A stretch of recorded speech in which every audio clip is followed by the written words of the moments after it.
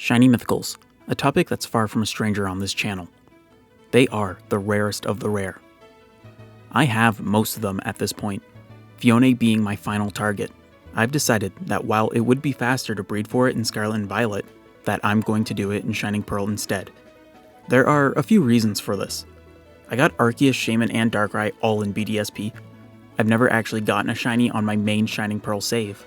And this save has the shiny charm, which in these games only works on eggs, so it will be the first time I actually get to use it. There's also a little extra reason. The nursery in this game does not grant experience, while having a Pokemon in your party while making a sandwich for the egg power in Gen 9 does, so this way I can ensure that the Manaphy I use will not gain any XP. Normally this wouldn't be a huge deal, however, I like keeping my shinies exactly how I got them most of the time, and for this hunt, I thought it would be cool if my shiny Manaphy was the father of my shiny Fione. Alright, I think this is all I need to cover, so let's begin. Since the Masuda method can be quite boring, and doesn't really give a lot of a story, I think now would just be the perfect time to sit back, relax, and go over my entire shiny mythical journey. In June 2020, Sword and Shield had a special event where Zeraora raids appeared all over the wild area. You could not catch these, but if 1 million players managed to defeat these raids, a shiny Zeraora would be given out through Pokemon Home. This task was quickly met, and so on June 30th, 2020, I received my first ever legit shiny mythical. It was cool, but I never really did anything with it, so it just kinda sat in home for a very long time. The next shiny mythicals I would get would be Meltan and Melmetal. The ones I have in home both being from November 20th, 2020. Meltan and Melmetal are exclusive to Pokemon Go, and every now and then they'll do an event where Meltan can be shiny. This was during like the third one, I think. These are definitely some of the easiest ones to get, as you can just see a whole bunch whenever there's an event going on, and they have Pokemon Go level of shiny odds. It is also completely free to grind this out.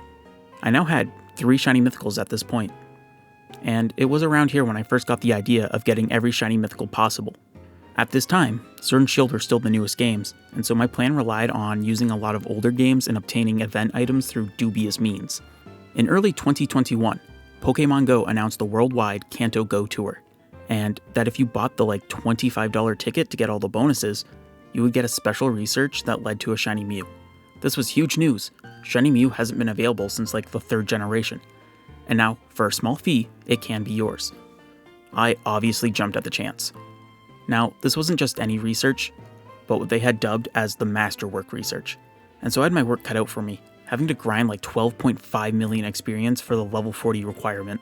It took me all the way until July 20th, 2022, and after a lot of hard work and a lot of money spent on raid passes, I had reached the goal and finally got my shiny Mew. At this point, the goal to get every shiny mythical was finally set in motion, and a bit of a change to how I would approach it. While Pokemon from Go have that big dumb stamp on it, they have the benefit of having no question on their legitimacy. No potential of a small vocal group saying it's less legitimate for not having gotten the event items from the actual events back in the day. Not even 2 full months later, and Deoxys had returned to the raids in Pokemon Go. With the power of leftover coins from the Mew grind, I was able to use remote raids to hunt for it. On September 1st, 2022, after only a mere 8 raids, I had found my shiny Deoxys. The collection was finally starting to feel like an actual collection, even if it's still mostly just Pokemon from Go.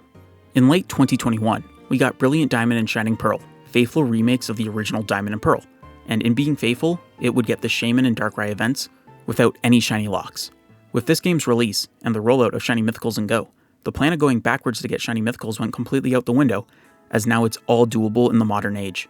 Alongside the Shaman and Darkrai events, the game even added the unreleased Hall of Origin event, accessible only if you beat an Arceus in Legends Arceus.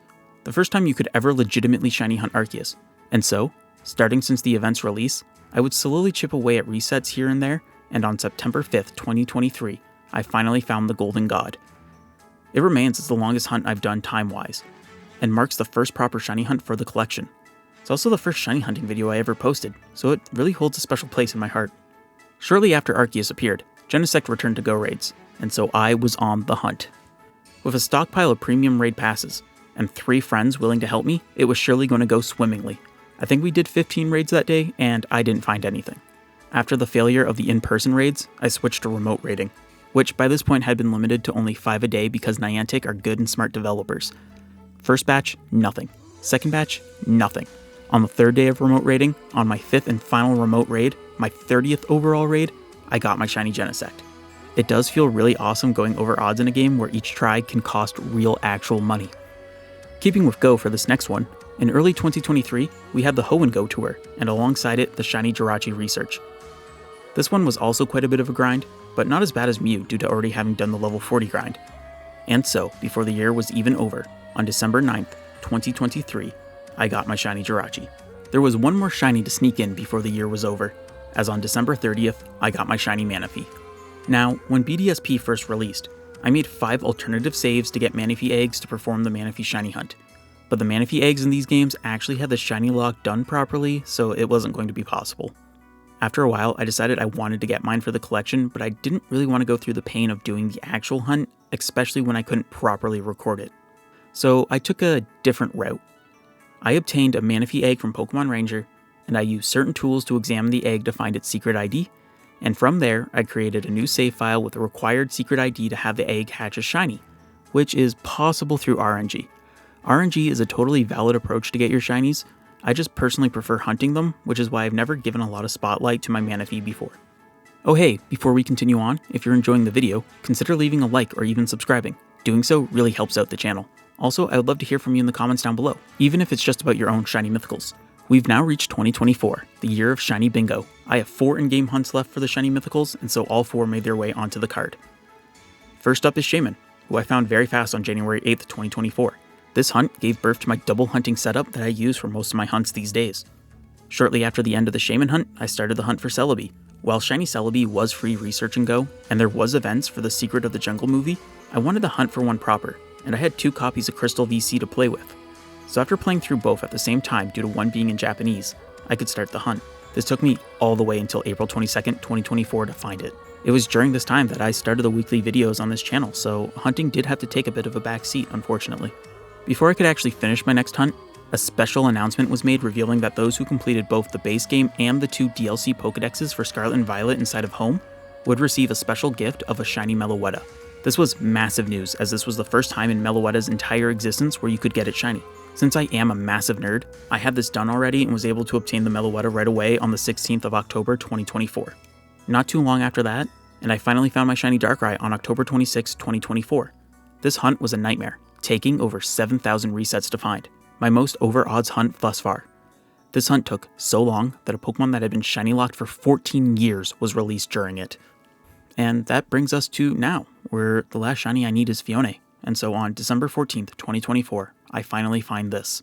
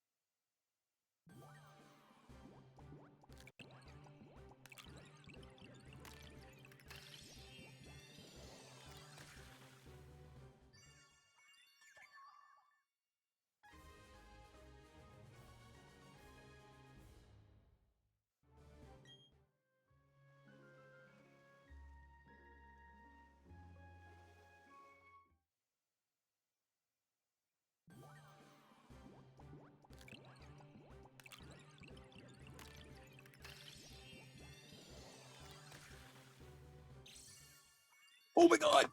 Oh, dude, I noticed that so well. Oh my god. Thank god. Holy shit.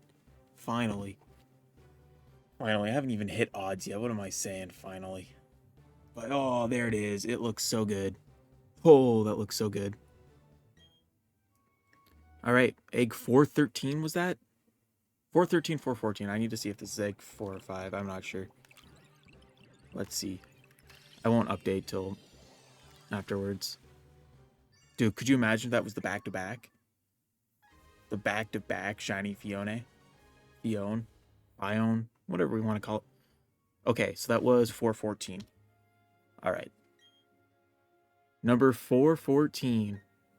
Look at that. I'm gonna go relax, whatever that one is. Let's see. Rash. Ooh, Rash. All right. I hatched on 12/14/2024 when I was on Seabreak Path. Now, actually, I know I would be undoing an hour and 40 minutes of hatching. Do I want this in a fun hatch location? I decided to reset, now knowing which egg was shiny, to get a cooler hatch location. Initially, I tried for Amity Square, but it seems you just can't hatch eggs in there, so I opted for Twin Leaf Town. An important location for me, as it's where my Pokemon games journey started oh so long ago.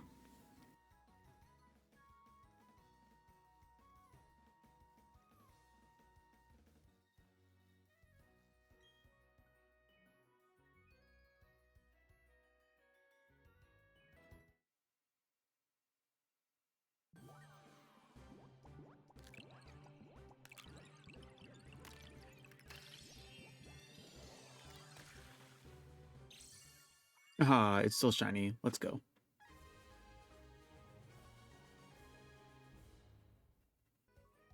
Oh, wow. I have really been just like...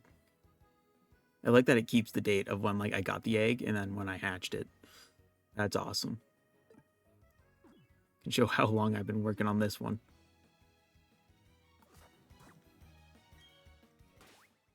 Let's walk around with it for a sec. Let's get that, get the footage here.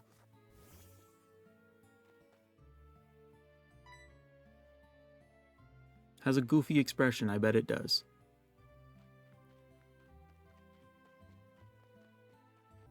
Alright. Well, there's Fione done. All the mythicals done, actually. But before we go and save out and all this, I do have to go retrieve Shiny Manaphy. Because I made my Shiny Fione have Shiny Manaphy for its parent. Yes, I want the other one back. Alright.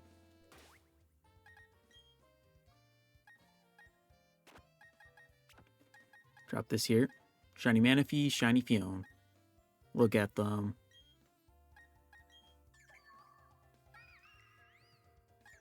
This is the final one I needed to complete my near 4-year journey of getting every single shiny mythical, and now I have them all. Okay, well there is one I'm missing. There was a shiny Diancie event in Japan and South Korea, an event exclusive shiny that was only distributed in 2 countries of a completely different continent. I think it's fair to say that that one doesn't count. We'll probably get it for Kalos Go Fest in 2026 anyways, so I just gotta wait like 14 months. Before I forget, it's time to update the bingo card for probably the final time. And look at that, another bingo. I'm still missing 6 Pokemon. But I don't know how much Dynamax adventuring I'll get in, doubt I'll do alpha resets, and just do not want to breed in Gen 9.